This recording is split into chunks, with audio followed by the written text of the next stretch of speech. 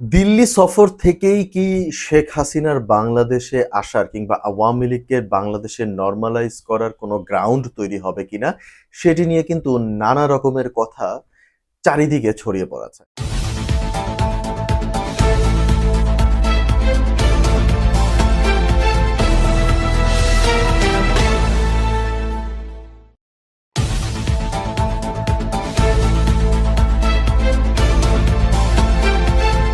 যেদিকেই কান পাতা হয় সেদিকেই কিন্তু শোনা যাচ্ছে যে তারেক রহমানের এই দিল্লি সফর থেকে যে কোনো মুহূর্তে আওয়ামী লীগের বাংলাদেশে ফিরে আসার একটা গ্রাউন্ড তৈরি হতে পারে। দিল্লির বেশ কয়েকজন বিশেষজ্ঞ সাম্প্রতিক সময়ে কিন্তু আপনার কথা বলেছেন এই বিষয়টা নিয়ে, এবং অনেকে অনেক রকমের কথা বলছেন। ইভেন বাংলাদেশের অনেক বিশ্লেষকরাও কিন্তু এই ধরনের কথা বলছেন। সেটি কি হতে পারে? সর্বপ্রথম একটা অ্যাঙ্গেল আপনাকে চিন্তা করতে হবে। ধরেন আমেরিকাতে আপনার রিপাবলিকান আছে, ডেমোক্রেট আছে। ভারতে আপনার কংগ্রেস আছে, বিজেপি আছে। বাংলাদেশে বিএনপি আছে, আওয়ামী লীগ আছে। এখন আপনি একটাবার চিন্তা করেন, ডেমোক্রেটদেরকে যদি এখন রিপাবলিকান মানে ট্রাম্প প্রশাসন যদি ডেমোক্রেটদেরকে আমেরিকা থেকে সরিয়ে দেয়, তাহলে কি সেখানে রাজনীতিটা করা সম্ভব হবে কিনা? বিজেপি এত দিনের সরকার, তারপরেও কি তারা কংগ্রেসকে সরিয়ে দিতে পারবে? পারবে না। কারণ কংগ্রেস একটা ঐতিহাসিক দল এবং ভারতের একটা খুবই গুরুত্বপূর্ণ রাজনৈতিক দল। অপরদিকে বাংলাদেশের একটা বড় পার্টি, বড় স্টেক হোল্ডার আওয়ামী লীগ, যার একটা বড় লম্বা ইতিহাস আছে। সেই ইতিহাস নিয়ে নানা বিতর্ক থাকতে পারে, নানা কথা থাকতে পারে, নানা কিছু থাকতে পারে। কিন্তু সবকিছুর পরেও আপনি আওয়ামী লীগকে কিন্তু বাংলাদেশের রাজনীতি থেকে কিন্তু আপনি একদমই উঠিয়ে দিতে পারবেন না। এই যে 15ই অগস্ট একটা দিন, যেদিন শেখ মুজিবুর রহমান তার পুরো পরিবার সহ যাকে হত্যা করা হয়েছে, আপনি কি পেরেছেন একটা রিক্সাওয়ালা তাকে পর্যন্ত আটকাতে? না, গেছে, শ্রদ্ধা জানাতে গেছে তার বিশ্বাসের জায়গা থেকে। এই যে 40-45% সাপোর্টার কিন্তু এখনো আওয়ামী লীগের বাংলাদেশে আছে, এবং আপনি এটা কোনোভাবে ডিনাই করতে পারবেন না। বাংলাদেশে যদি আমি বলি রাজনৈতিক পরিবার, জিয়া পরিবার, শেখ পরিবার, এখন এই দুই পরিবারের বাইরে আপনি বাংলাদেশের রাজনীতিকে আপনি নিতে পারবেন না।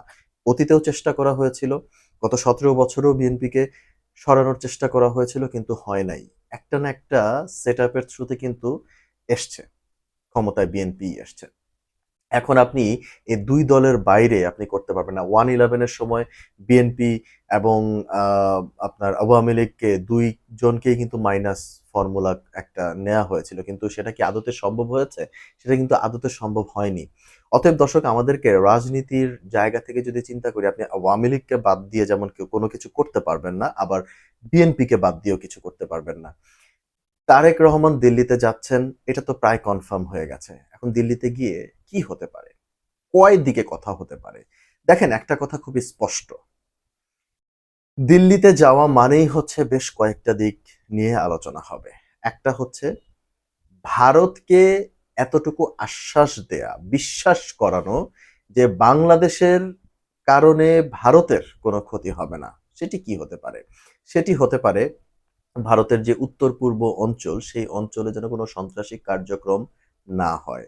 এবং সেই উত্তর-পূর্ব অঞ্চল মানে যেগুলো হচ্ছে মিজোরাম, আসাম, তারপরে হচ্ছে নাগাল্যান্ড, অরুণাচল প্রদেশ, এই অঞ্চলগুলোকে বলা হয় ভারতের উত্তর-পূর্ব অঞ্চল। এখন উত্তর-পূর্ব অঞ্চলে যেন আপনার কোনো প্রকার ঝামেলা না হয়। কেন এই কথাটি বলা হচ্ছে? কারণ বাংলাদেশের মাটিতে আপনার অনেক ধরনের সন্ত্রাসী কার্যক্রম হওয়ার যেই একটা পরিকল্পনা বা চিন্তাভাবনা বা একটা মানে যেটি ভারতের জন্য একটা থ্রেট হয়ে দাঁড়াতে পারে, এটাকে আওয়ামী লীগ সরকারের সময়ে অনেকভাবেই কন্ট্রোল করা হয়েছিল, সেটা ভারতের প্রেসক্রিপশনে। এখন বিএনপি তো ভারতের প্রেসক্রিপশন নিচ্ছে না। বিএনপি ভারতের প্রেসক্রিপশনে চলার মতো দল না, কারণ অতীতেও বিএনপি সরকার ভারতের প্রেসক্রিপশনে চলে নাই।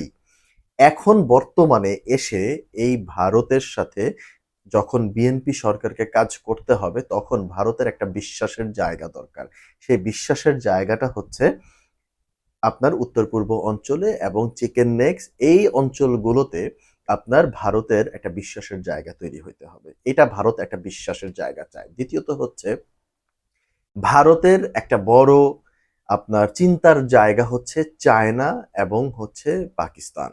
এখন পাকিস্তানের সাথে যে সম্পর্ক আস্তে আস্তে বাংলাদেশের একটা যেই ক্লোজ মানে আপনারা কাছে আসছে, যে দুই দেশ যখন আপনার সম্পর্ক একটু স্বাভাবিক হচ্ছে, এটা ভারতের জন্য একটা বিশাল চ্যালেঞ্জের জায়গা, চিন্তার জায়গা। আপনাকে আবার চিন্তা করতে হবে ঠিক এই যে বিএনপি সরকারের সময়ে যখন পাকিস্তান জে-17 জেএফ-17 যখন বাংলাদেশকে দেয়া হলো, মানে সিমুলেটর দেয়া হয়েছে, এটা কিন্তু ভারতকে বেশ চিন্তায় ফেলেছে। আবার তারেক রহমান যখন বলেছে যে বগুড়ায় বিমানবন্দর হবে, তারপরে বগুড়ায় হচ্ছে তুর্কির আপনার অস্ত্র কারখানা হবে, তারপরে হচ্ছে লালমনিরহাট লালমনিরহাট বিমানবন্দর নিয়ে যখন চিন্তা ভাবনা করা হচ্ছে, এই জায়গাগুলোকে যখন ভাবা হচ্ছে, ঠিক তখন ভারতের মাথায় কিন্তু একটা বড় চিন্তার ভাঁজ পড়েছে, এবং এই বড় চিন্তার ভাঁজের কারণেই আমরা বলতে পারি যে ভারত চাইছে যে বাংলাদেশ যদি ভারতকে একটা বিশ্বাসের জায়গা দিতে পারে, তবে কিন্তু ডেফিনেটলি ভারত বাংলাদেশের সঙ্গে আরো, মানে বিএনপি সরকারের সঙ্গে আরো ক্লোজলি কানেক্টেড হতে পারে। মানে ভারত তার নিজ স্বার্থের কথা চিন্তা করছে। আবার একই দিকে আরেকটা দিক হচ্ছে যে আওয়ামী লীগ, মানে শেখ হাসিনার সাথে ভারত যতটা কমফোর্টেবল, বিএনপির সাথে কিন্তু ঠিক ততটা কমফোর্টেবল না। এখন বিএনপির সঙ্গে সেই কমফোর্ট জোনটা ভারতের তৈরি করতে হবে। নয়া নয়া সম্পর্ক হলে যেই সম্পর্কটাকে আবার তৈরি করতে হয়, ঠিক সেই জায়গা থেকেই কিন্তু সম্পর্ক তৈরি করতে হবে। এখন আমরা বাংলাদেশের মানুষ অনেকে অনেক কথাই বলতে পারি, কিন্তু এখানে একটা বড় প্রশ্ন যেটি রয়ে গেছে সেটি হচ্ছে যে তারেক রহমান ভারত সফরে গেলে, মানে দিল্লি সফর করলে, আপনার কোনো একটা কথার থ্রুতে, কোনো একটা নেগোসিয়েশনের থ্রুতে আপনার আওয়ামী লীগের বাংলাদেশের রাজনীতিতে ফেরা কোনো একটা গ্রাউন্ড তৈরি হবে কিনা, সেটা নিয়ে কিন্তু একটা বড় প্রশ্ন হয়েছে। আসলে এরকম কি কোনো কিছু হবে কিনা? যদ্দূর আমার কাছে মনে হচ্ছে এরকম কথা হতে পারে, তবে আপাতত সময়ের জন্য সেটি হয়তোবা সম্ভব হবে না। এটি হয়তোবা বিএনপি অ্যাগ্রিড হবে না। বরং বিএনপির তরফ থেকে এটিই বলা হবে, সেটি হচ্ছে যে ভারতের মাটিতে বসে বিএনপি যেন কোনো আওয়ামী লীগ যেন কোনো কথা বলতে না পারে, শেখ হাসিনা যেন কোনো কথা না বলতে পারে, এবং তাদের নেতাকর্মীদেরকে যেন বাংলাদেশে ফিরিয়ে দেয়া হয়। এই ধরনের একটা আলোচনা বরং উঠে আসতে পারে। কারণ আমরা ইতিমধ্যেই জানি যে শেখ হাসিনা এবং আওয়ামী লীগের ব্যাপারটি কিন্তু সরাসরি নরেন্দ্র মোদী হ্যান্ডেল করছে, তার অফিস হ্যান্ডেল করছে। এটি কিন্তু এখন আর মানে ভারতের পররাষ্ট্র মন্ত্রণালয়ের সেই দক্ষিণ পূর্ব এশিয়ার ভিতরে কিন্তু আর সেটি আটকে নেই। এটি কিন্তু এখন সরাসরি প্রধানমন্ত্রী নরেন্দ্র মোদীর দপ্তর দেখাশোনা করছে।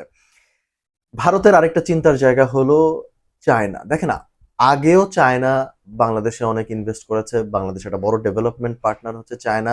এখন চায়না যখন তিস্তাতে হাত দিচ্ছে, এবং ঠিক যখন আপনার এদিকে আবার পানি সম্পদ মন্ত্রী শহীদুজ্জামান অ্যানি যখন বলছেন যে আগামী বছর থেকে তিস্তার পরিকল্পনা শুরু হবে, ঠিক তখন কিন্তু ভারতের একটা চিন্তার জায়গা তৈরি হয়েছে, এবং ভারত কিন্তু আপনার এই জায়গাটা থেকে চাইছে, মানে মনে প্রাণে চাইছে যে বাংলাদেশের প্রধানমন্ত্রী দিল্লি ভিজিট করুক, এবং সেখানে তাকে এমন একটা সংবর্ধনা দেওয়া হবে যে সংবর্ধনার মাধ্যমে তারা হয়তোবা অনেক বিষয় নিয়ে আলোচনা করবেন, যেটি হয়তোবা পর্দার আড়ালেই রয়ে যাবে, সেটি হয়তোবা খুব বেশি একটা সামনে আসবে না।